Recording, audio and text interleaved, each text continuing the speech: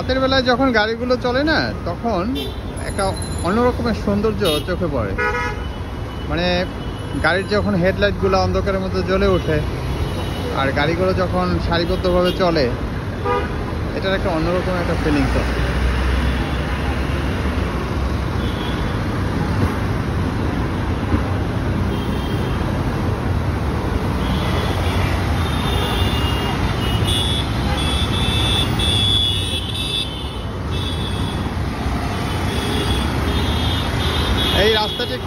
এই রাস্তাটি কোথায় কে বলতে পারবেন?